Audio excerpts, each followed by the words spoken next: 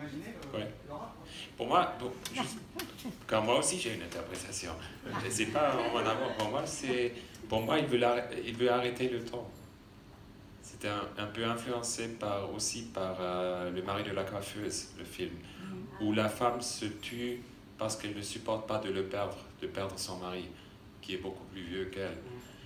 Pour moi, il se retire de la vie, une sorte, pour ne pas, car elle ne supporte pas que le temps passe, qu'il va perdre sa femme un jour où les enfants vont partir de la maison. Alors, comme en partant, il arrête le temps. Car après, il ne se passe plus rien, comme vous dites. Qu'est-ce qui s'est passé dans sa vie comme catastrophe pour qu'il puisse partir? Qu'est-ce qui s'est passé? On Rien. pas ça. Rien. Ah si, il s'est passé quelque chose. Je crois que c'est juste. Quelqu'un qui part tout seul comme ça, sans protection dans la nature, il s'est passé quelque chose. C'est peut-être dans la crainte qu'il se passe quelque chose. Oui, oui. Il a peut-être envie de figer une image du bonheur qu'il vit, parce qu'il a peur justement que ce bonheur à un moment donné disparaisse. Mais quel bonheur. En tout cas, je ne dis pas que vous devez le lire comme moi je le lis, mais c'était mon explication, car en effet, il n'a pas de raison comme Wakefield n'a pas de raison. Je pense que l'interprétation, c'est justement la liberté de la lecture. Ouais. Non, mais en tout cas, c'est bien que ça nous fait penser. Et justement, c'est un gars qui ne pense pas du tout, il n'a aucune pensée. Hein. Il a aucune Non, mais chez vous, il y a une pensée, pas chez lui. Il fait que marcher ses jambes, c'est un marathonien. C'est comme les gens qui font des marathons toutes les semaines, c'est pas plus que ça. Il ne faut pas en faire un héros.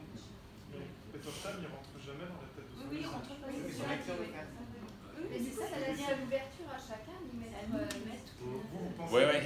Alors que si on dit ce que l'autre pense, on dit le même livre. Alors que là, on peut tous lire un livre différent. Ah non, c'est mon interprétation à moi. En tout cas, s'il aurait eu un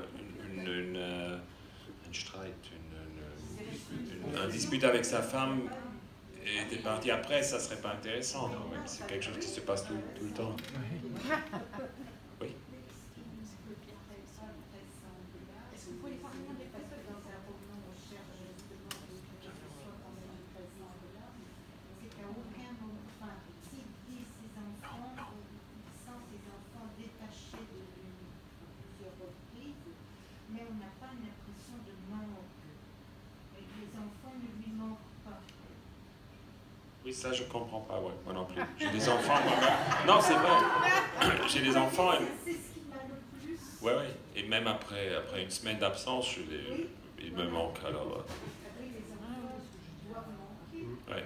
Et il y a même un moment, et ça c'est quelque chose des fois qui se passe en écrivant un livre, où vous écrivez quelque chose et vous êtes étonné vous-même. Il y a un moment, il rapproche ses enfants qui grandissent. Où il dit, il les rapproche, qu'ils ne restent pas petits comme il les a connus. Et c'est bien sûr, c'est... Ouais. Là, c'est psychiatrique. Presque, ouais. Non, mais disons, le point, c'est pas...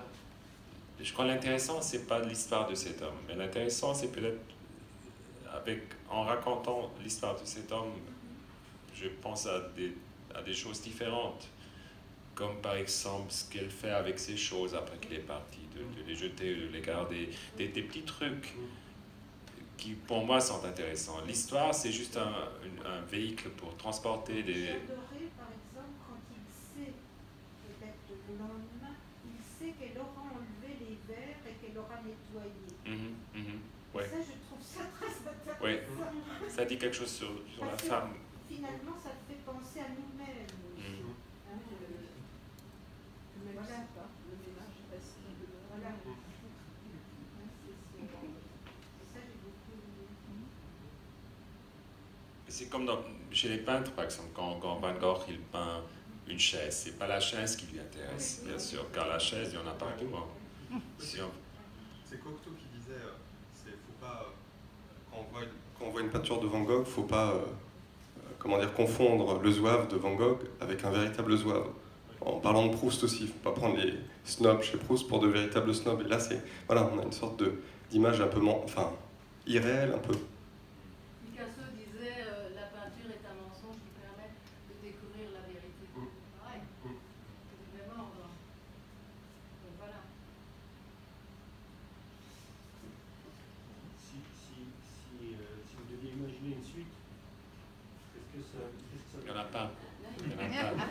C'est nous qui faisons la J'espère, oui, oui. En tout cas, j'ai jamais pensé à... Bon, c'est la première fois maintenant, le nouveau roman que je viens de finir. Car j'ai beaucoup lu Agnès dans les écoles, comme, surtout en Allemagne. Et les élèves ont toujours demandé, est-ce que vous écrivez une suite? Et je dis non, c'est pas possible. Mais maintenant, j'ai écrit un livre sur quelqu'un qui écrit un livre qui est Agnès. Disons. Si on connaît Agnès, si on ne connaît pas, on peut lire le livre sans savoir et c'est pas un problème. Mais c'est autre chose alors de faire une sorte de méta-Agnès. Mais une suite, ça détruirait tout. Car on ne peut pas attacher quelque chose à si un œuvre est rond, on ne peut pas attacher quelque chose. C'est comme si vous avez une sculpture, vous ne pouvez pas juste ajouter quelque chose, car ça détruirait toute la forme.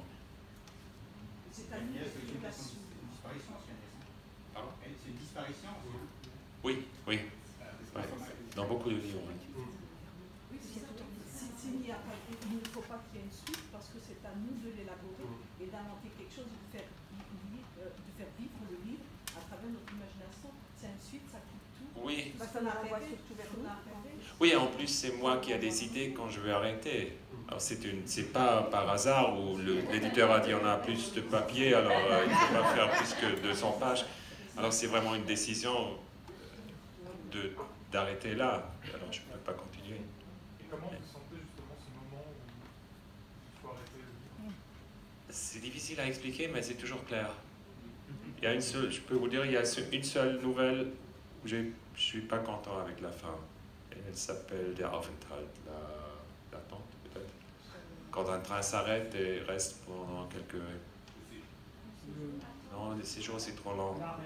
L'arrêt peut-être, ouais. Et c'était une nouvelle que j'ai... Bon, c'est une histoire difficile, mais en tout cas, là je suis toujours pas content avec la fin. Mais sinon, je sais toujours quand je vais finir.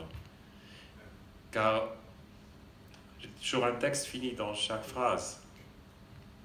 Bien sûr, ça commence à une phrase, ça finit à la fin, mais à chaque phrase, je décide quoi dire et quoi ne pas dire. Je peux toujours continuer dans toutes les directions. Quand vous faites une sculpture, vous pouvez toujours ajouter. Dites pas, ça commence ici et ça finit là, ça finit partout.